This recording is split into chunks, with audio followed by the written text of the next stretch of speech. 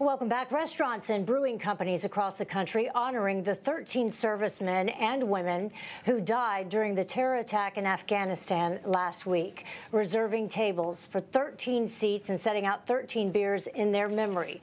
However, during the dignified transfer of the service members, President Biden seemingly checked his watch. Let's bring back in Bruce Lavelle, Ford O'Connell, and Melanie Collette for their thoughts on this. Ford, I'll start with you.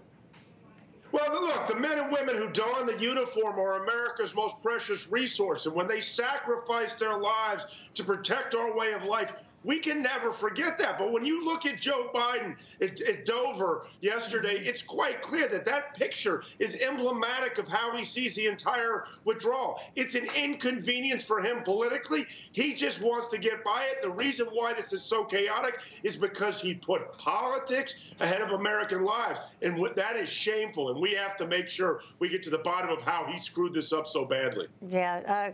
Melanie, question earlier was whether or not people will just move past this and forget something that we've still not talked about. On top of the 13 Americans who were killed, there were also plenty of Americans who were injured, and it's my understanding at least 2 of those are still critical today. I don't think that the American people are going to forget this. I don't think that they're going to forget that President Joe Biden is responsible for these 13 lives that were lost. I think that this was fully preventable and that the American people are well aware of this. I also very much fear of the situation that we're being left in with many of the Americans that are going to be left behind with the Taliban. What I fear is that we're going to see more beheadings, more people being burned alive, more women being stoned. And I think that we're going to see that every other week after America fully leaves Afghanistan. So I don't think the American people are going to be able to forget that this was done and the blood that's going to be left on the hands of President Biden and the Biden administration. Yeah, Bruce, we're starting to hear from some of the family members of those servicemen and women who were lost there, and they don't have very kind words to say about President Biden either. Yeah, well, you know, I grew up in Fort Hood. My daddy was a retired sergeant major. I went to his funeral 2 years ago, and he laid under that flag. I went to my uncle's funeral. He laid under that flag. My 2 other uncles who laid under that flag. As a little boy, I went to my dad's fallen comrades at their ceremonies as they laid under that flag.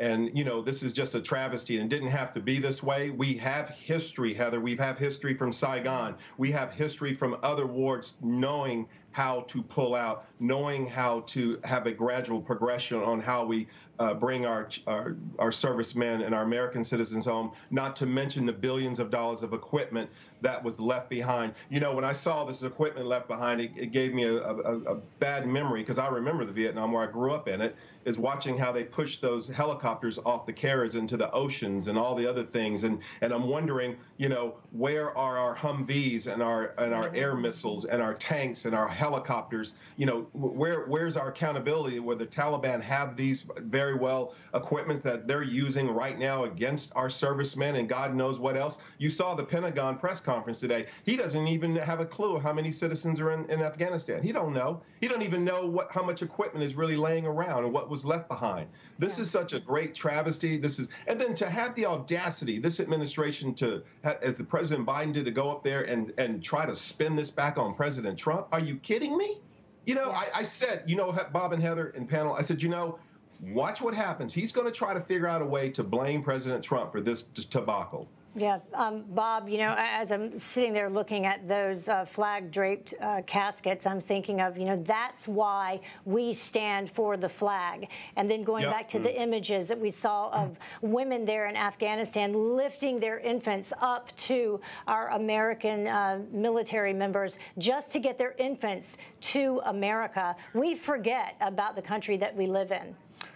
Well, this is a reminder, Yeah. and hopefully people do remember. Unfortunately, a small number of people put their lives on the line because we have a volunteer army. You're not drafted into it. You don't, and sometimes things are not on the front page, a term I've used before, but this brings it and reminds you these are real human beings with real families who are giving their lives, the ultimate price for all of us. Yeah, and we didn't even, we weren't even able to get to the reports out today that we knew about this in advance, that there was a literal countdown going on by the Taliban, but our service people were still in harm's way. And they were in harm's way, and that could have been changed. Bruce Lavelle, Ford O'Connell, Melanie Collette, thank you so much for joining us. What a great panel.